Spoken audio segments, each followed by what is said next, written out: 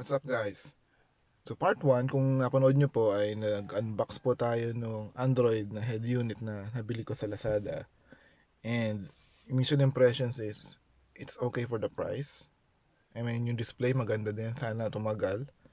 So ngayon, this video is papalitan po natin itong ating lumang car stereo 1 din na head unit. Yan. With this one.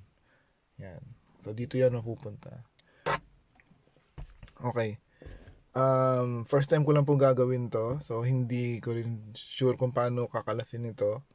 Ang alam ko, ay mag-start tayo dito sa aircon louvers. Kasi mukhang naka-bolt ito dito no? So, hindi siya matanggal. So, okay. Simulan na natin. Hey guys, continuation lang ng test. So, naisip ko, check din natin yung current niya. Dumadaan. Current consumption ng device. So, meron ako rito multimeter na naka-series. And makita natin na is averaging 0.5 hanggang 0.6 amps. So, try natin mag-run ng apps natin kung tataas yung current consumption. Let's say YouTube.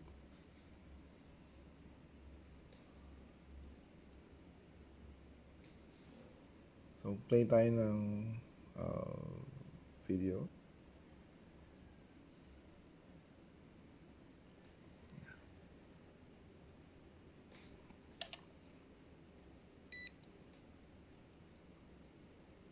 Okay. So, mga ganun pa din. 0.5, 0.6. So, we know na yung current consumption niya, most of the time would be just 0.6.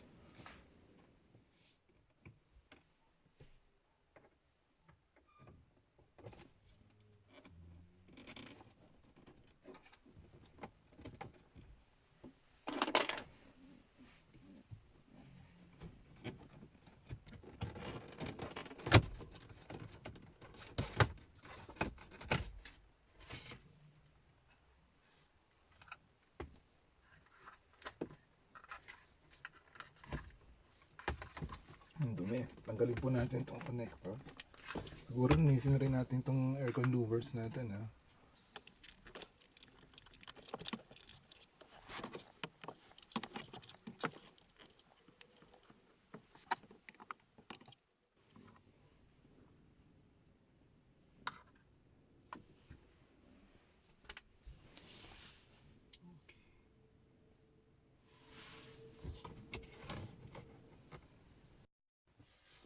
Ayun. So meron pong dalawang 10mm na bolt dito. So, yun yung tanggalin natin.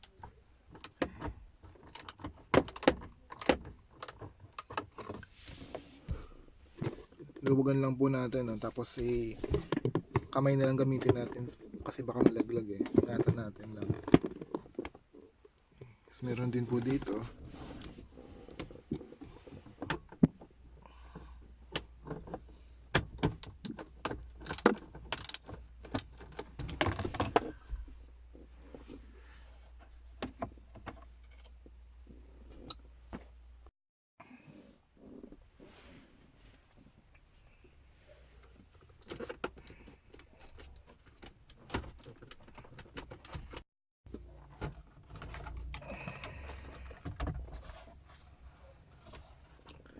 Okay. Ang dumi So linisin na rin po natin to.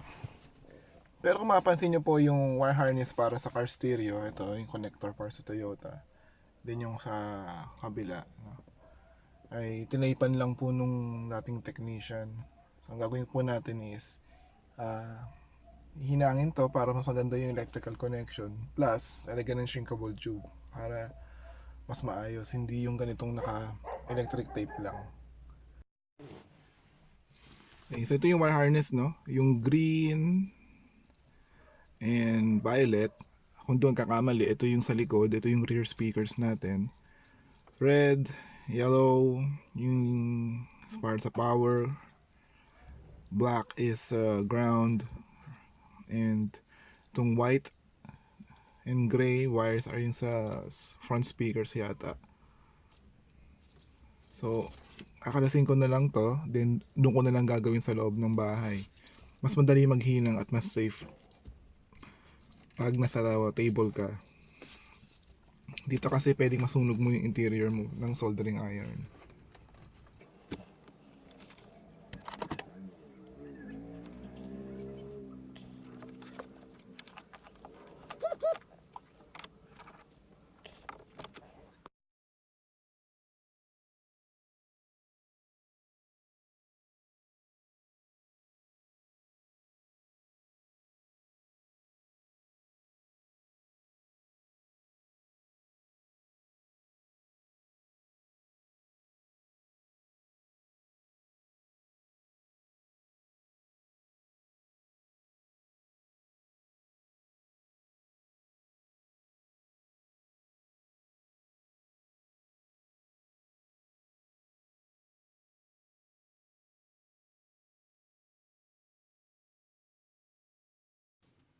Okay, so natapos na natin yung wire harness natin para sa car stereo.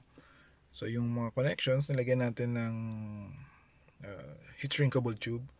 Then meron akong isang iniwan na wire dito. Ito yung trigger ng backup camera.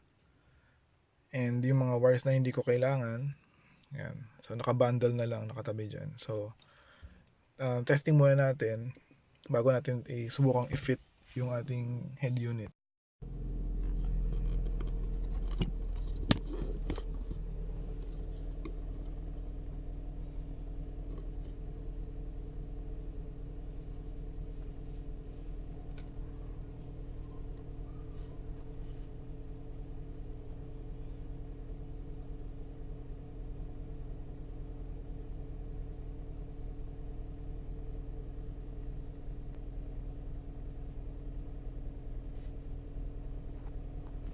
Okay, so working naman po. So try natin yung radio.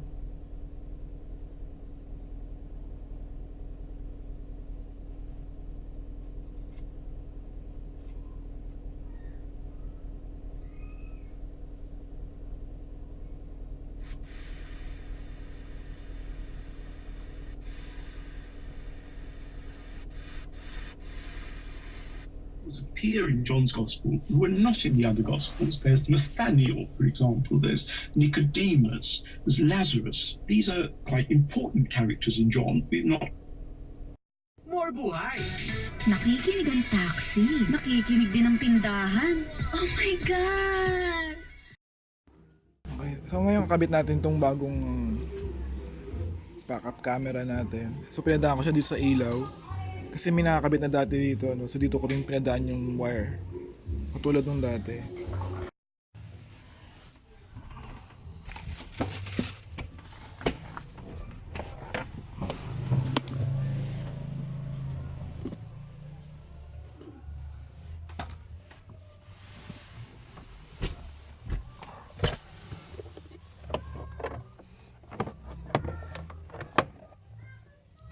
Okay guys.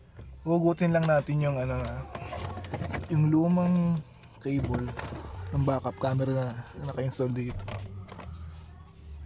So hindi ko na bibidyohan muna lahat paano ko tatanggalin, pero subukan kong ipakita kung saan ko pinadaan mamaya dahil medyo matrabaho to, no. Okay, dito ko pala siya pinadaan sa may window trim, no. Sa ibabaw pala, akala ko sa ilalim. So kakalasin lang din natin to yung sa may B pillar.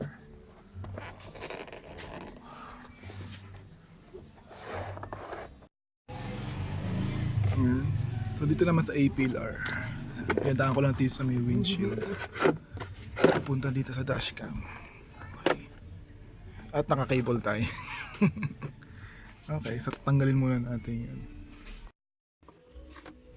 Okay, na-route na po natin yung RCA plug para sa backup camera. And ito yung trigger para sa head unit. Yan, itong wire na to. So kukonect to sa pink. So pag na-detect ng head unit na may signal dito is automatic lalabas sa screen yung yung image na naka-capture ng backup camera. Okay guys, so yung ginawa ko dito, yung power supply ng camera at yung trigger niya nakatap dito sa reverse light. So sa positive, tapos yung black doon sa ground, yung negative nung ilaw ng reverse light. Yung GPS antenna po, dinikit ko na lang dito sa likod, sa may console. Ayan. Okay, yung USB port, pinalusot natin dito sa dashboard papunta sa glove compartment. So kung gusto nyong mag-play ng videos or media files or mag-access ng flash drive, dito nyo ilalagay sa USB port nito. Yung second na USB port, iniwan ko na lang muna doon kasi hindi ko pa siya kailangan. Pero bala ko siya lagyan ng USB na dashcam. Okay guys, na-install na natin. Tanggalin na natin itong plastic. Yan.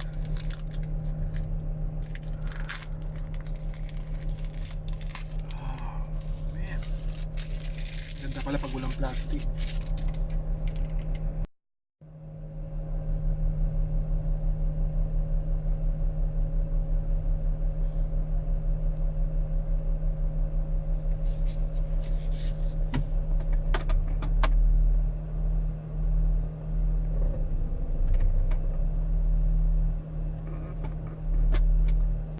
Okay, testing natin mag-play ng video.